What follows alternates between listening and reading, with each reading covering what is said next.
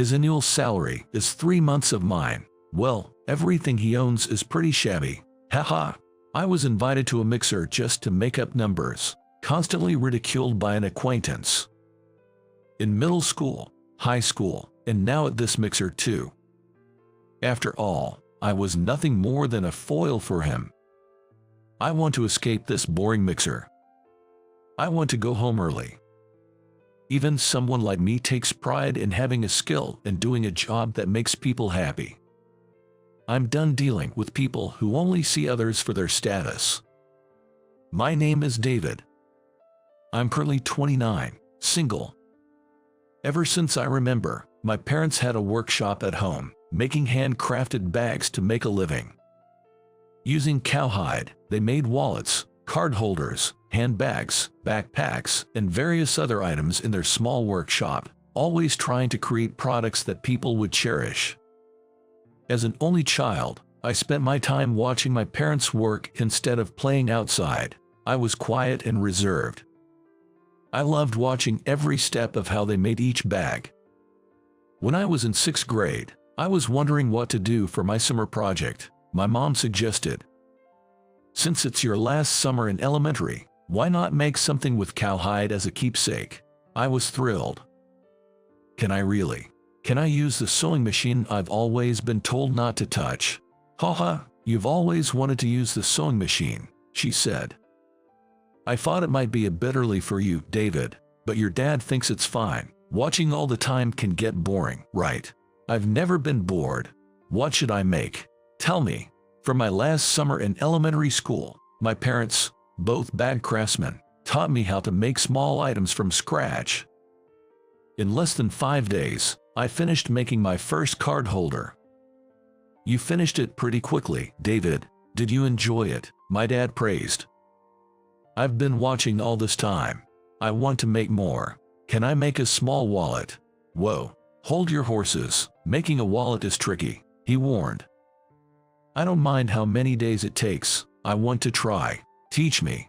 Seeing how excited and happy I was about the first item I made, and how I was completely engrossed in it, my mom said, "It's perfect timing. Next year, you'll be in middle school and will need to carry money." "I was thinking of buying you a nice wallet," my dad said.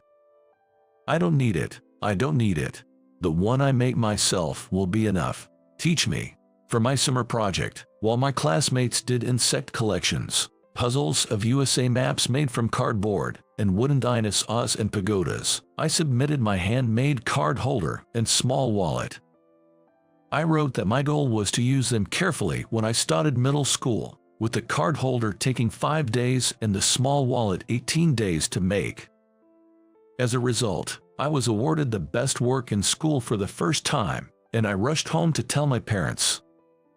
"You see, you can do it, David. That's my boy. Good for you," my dad said. "Your first self-made item won the best work in school. The teachers must have recognized your effort," my mom added. "It's a great memory for your last summer in elementary. Why don't you help out in the workshop sometimes?" "I want to help. I want to learn all sorts of things." Throughout middle and high school, I cherished and used my self-made card holder and wallet until they were worn out. Surely they've reached their limit. It's good to take care of things, but this is a bit much. "Here, I made you a new wallet," my dad said, giving me a new long wallet. "What's this? It's so cool. Amazing. Thanks, Dad." The craftsmanship was on another level. I wanted to take it apart just to see how it was made.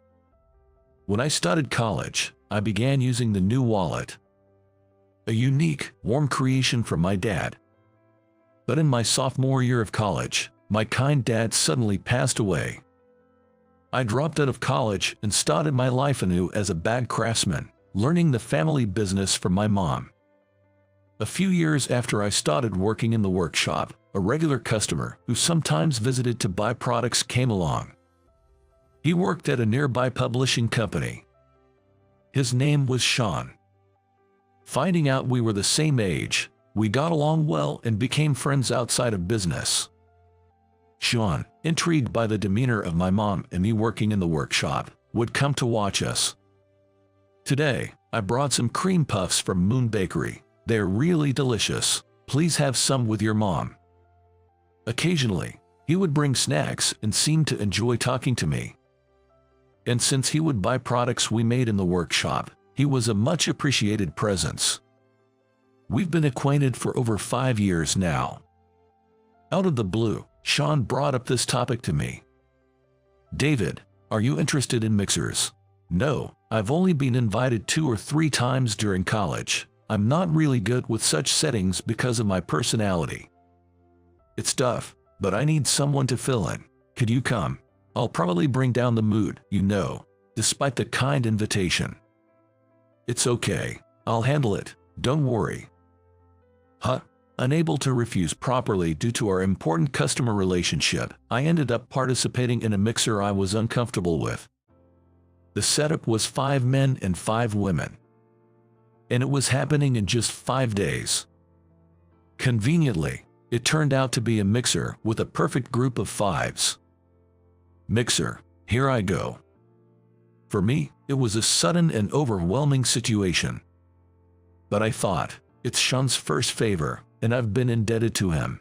I should cooperate and give him face. The day of the mixer arrived. The meeting place was set for 5 p.m., starting with just the men at the meeting spot of the station, and then joining the women at 6 p.m. at an Italian bar on the Sunshine side of the station's east exit. As I was preparing my hair and outfit at home to be presentable, I received a call on my cell phone. David, sorry, I suddenly got stuck with an unavoidable job. Without you, I won't be able to talk to anyone. It should be fine. I've arranged for someone to replace me. Just go to the meeting spot at the station. No, how is that okay? Sorry, got another call, gotta hang up. A mixer without the organizer. Plus, I'm not good with the atmosphere of mixers or talking to people. All strangers, it's completely away game. Let's finish this quickly and go home. I had no choice but to brace myself for what was coming. I arrived at the meetup spot at the station. There were already 4 guys who seemed to be part of the group. Hi, nice to meet you. I was told by the organizer, Sean, to come here. Aren't you David by any chance? Kyle. Wow, I can't believe we're meeting here. I was the one Sean asked to organize this. Man, it's been a while, hasn't it, since we graduated from high school. Among the guys at the mixer, there was Kyle, whom I knew from middle and high school. Back then, I was often teased by him and his group. Contrary to my inconspicuous self, he was a standout, excellent in academics. He was popular in the class. Honestly, he was someone I wanted to keep my distance from, but he always came up to me, spoke ill of me behind my back, lowering my reputation, and would show off his grades by comparing our report cards. He started introducing me to the other 3 guys, mentioning, this guy, David, used his same old, shabby wallet and pass holder from middle and high school. Man, it was embarrassing. What was it? When did you get it? It wasn't something I got. I made it myself for a summer project in the elementary school. Right. It was for a summer project in elementary school. Haha, David, you were really something. What about college after that? The other 3 guys looked at me with a smirk. I went to art school but dropped out. So just a high school grad. Must have been tough. We'll talk more about it later. Looks like the drinks will taste great tonight. I never imagined that Kyle, of all people, would be here. I felt overwhelmed, wanting to escape and head home immediately. We headed to the Italian bar where we were meeting the ladies. Throughout, Kyle kept prying into my current situation. Do you know which university I went to? Yay, I remember, you always had good grades. That's right. I graduated from there and now work at the same publishing company as Sean. So, David, what's your income now? Income? Yeah, income. Just tell me the number. I won't tell anyone.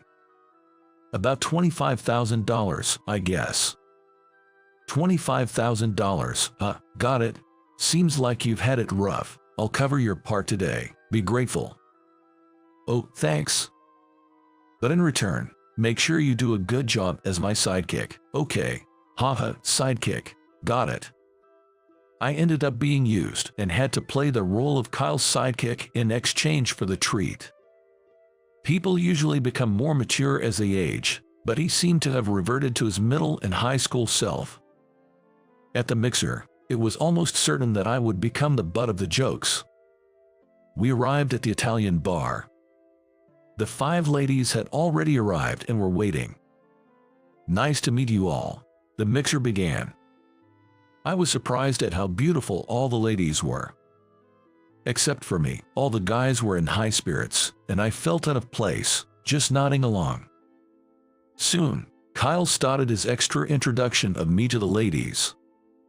"This is David, a real tearjerker of a guy. In middle and high school, he used the wallet and card holder he made in elementary school until they were tattered." The ladies looked at me with a mix of pity and amusement, except for one who seemed unimpressed. "Oh, right, what about your wallet now, David? Show everyone." Reluctantly, I showed my long wallet. "Wow, still tattered, huh? That happens. It's something precious to me."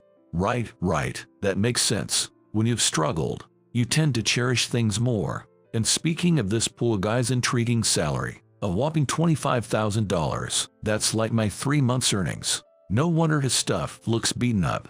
Haha. I've had enough. Just let him do whatever he wants. I couldn't help but feel annoyed with Kyle's smug attitude. "Excuse me, may I see that wallet?" a woman who seemed interested asked. "Sure, here you go." As Kyle said, "It's pretty worn out." Her name was Emily. Unlike the other 4 women who were used to mixers, she had been quiet from the start. She was petite, with her hair in a ponytail. Her natural makeup gave her a clean, fresh look. She was exactly my type among the 5 women. "Oh, I thought so. I have a handbag from the same maker as this one," she said. She showed me her handbag. I never expected to meet a woman carrying a handbag from our family's workshop. Their designs and durability are really great, aren't they? "How long have you been using this wallet?"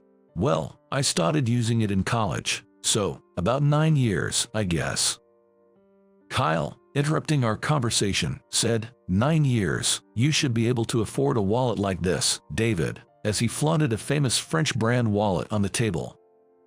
There it was, Kyle's typical one-upmanship. In middle and high school, it was report cards, and now it's wallets. But I'm the one being treated. I have to play my part as the sidekick. Wow, Kyle, you're really something. When you show off a wallet like that, I'm speechless. But David, you seem to really take care of your belongings.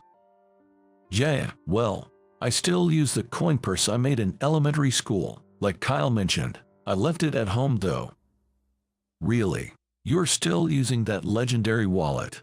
Kyle laughed out loud, hearing that I was still actively using the small wallet I made back in elementary school. Everyone else forced a smile, but Emily's reaction was different. Deciding he had flaunted enough, Kyle switched seats and started chatting up other women as if to say he was an elite. He casually put his arm around other women's shoulders, showing off his mixer expertise. Emily then spoke to me. "So, you've been using the wallet you made in elementary school for almost 20 years now." "Jer, about 18 years, I guess. It's a keepsake for my dad. This long wallet too." "I see." Emily didn't ask anything more about the wallet or the bag.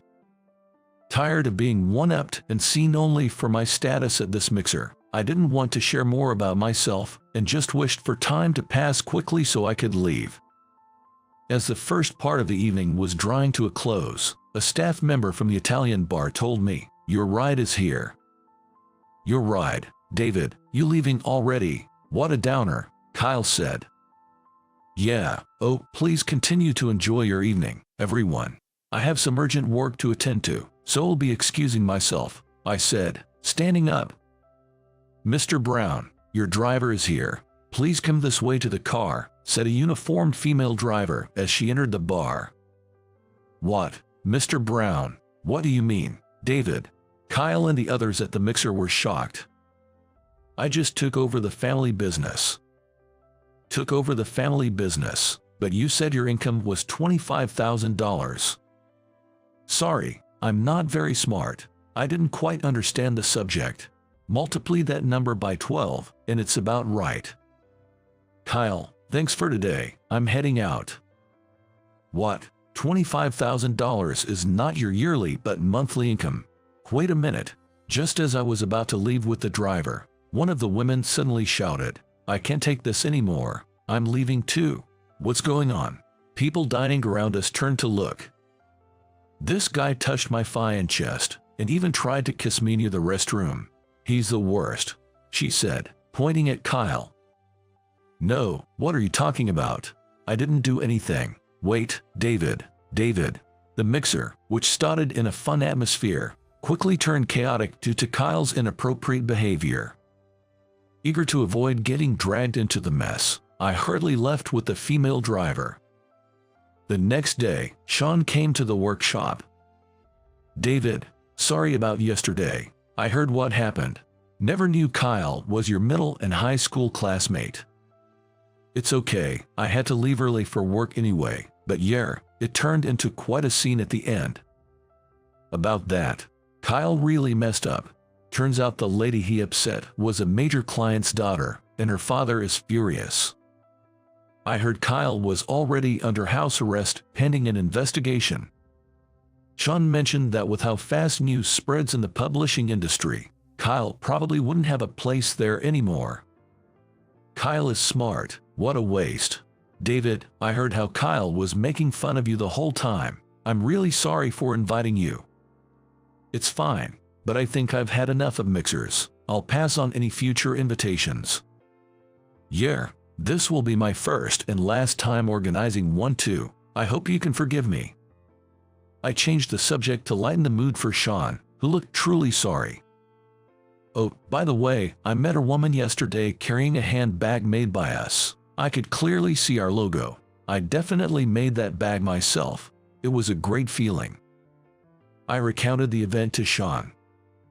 Her name was Emily, I think. Didn't talk much, but she seemed shy and gentle. That bag was a gift from me 3 years ago. Emily is a childhood friend of mine, same age as us. Is that so? Emily said she wanted to talk more with you. She was caught up in the chaos when that client's daughter caused a scene. With me. Actually, Emily is a big fan of your products. She owns many of the small items and bags. I started visiting this workshop because of her. I didn't even know what it was before then. That's great to hear. I'll have to tell my mom. She'll be happy to know our products are cherished. Sean's mood seemed to lift as he continued. I might as well tell you, the mixer was actually to help Emily, a fan of you and your products, get closer to you. Sean, you think too highly of me.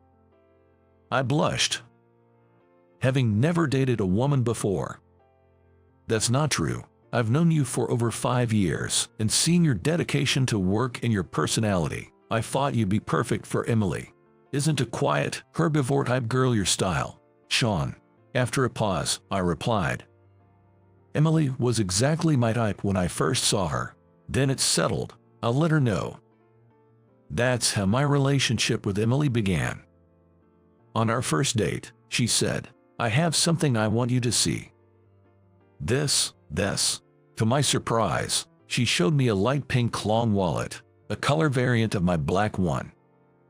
It had our logo and the stamp my father had made.